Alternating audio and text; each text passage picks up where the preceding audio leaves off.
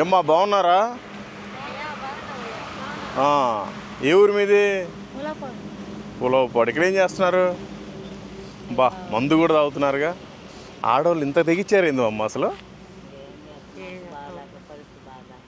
మీకు వయసు కూడా 50 సంవత్సరాల పైన ఉంటాయి కదా మీ ఇద్దరికి? మీకు? నాకు 39 సంవత్సరాలు అయ్యా. నీకు?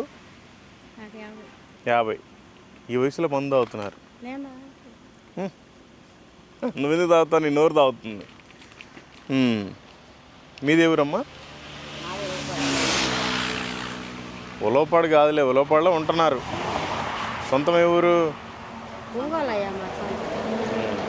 ఇక్కడ ఏం చేస్తున్నారు? ఇక్కడ తప్పమ్మా, అలా చేయకూడదు కదా.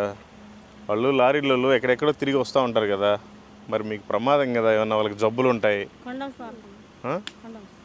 ఏ కండోమ్స్ వాడినా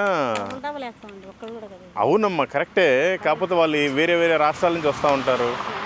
ఒకవేళ ఏదైనా మీకేదైనా ఉండొచ్చు, వాళ్ళకి అంటుకుంటుంది, కుటుంబాలన్నీ పతనం అయిపోతాయి కదా. మరి సరే మీ కూటి కోసం ఇది చేస్తున్నారు అనుకోండి, ఇంకేదైనా పని చూసుకోవచ్చు కదా.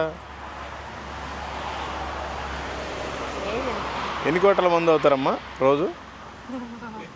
అరే పర్లేదు చెప్పండి, నేను కూడా మీ సహోదరుని అనుకోండి. జనరల్గా మాట్లాడుకుందాం. సాయంత్రం ఒకటి, మధ్యాహ్నం ఒకటి, 2 క్వార్టర్లు. ఎందుకని అంత? అది మాకు అలవాటైపోయింది. ఓకే. బాడీకి. మీ పేరేంటి? నా పేరు రాణి. రాణి. మీ పేరమ్మా? మీ పేరమ్మా? లక్ష్మి. మీకు యేసుక్రీస్తు తెలుసా? మీరు హిందువులు కదా? ఓకే.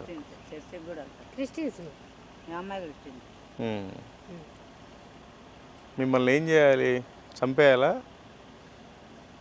మీరు క్రైస్తవులు అయ్యి ఉండి ఇలా చేయొచ్చా? తప్పు కదా. మీకోసం దేవుడు ఈ భూమి మీదకి వచ్చి ప్రాణం పెట్టాడా లేదా? సరే కరెక్టే. బ్రతుకు తెరువు లేదు అంటే నీ బ్రతుకు ఆయన మీద ఆనుకోవాలి. నా హృదయమే నేను కన్నీలో ఉన్నప్పుడే అప్పగిచ్చాను. అందరూ చచ్చిపోయారు. ఒంటరిదాన్ని నా మనసు గాయపడింది. పిల్లలు ఉన్నారా? మీ ఆయన ఏం పని చేస్తాడు? లేడన్నా, కడుపు చేసి వెళ్ళిపోయాడు. మా ఆయనే. పిల్లలు ఎంతమంది? ముందు అబ్బాయికి చచ్చిపోయాడు, పెళ్లి చేసి. ఇప్పుడు దేవుడు నీ హృదయమే ఆయన ఆలయం అని చెప్తుంటే నువ్వేమో ఆ హృదయంతో ఎన్ని తప్పులు చేస్తున్నావు. గాయపడింది.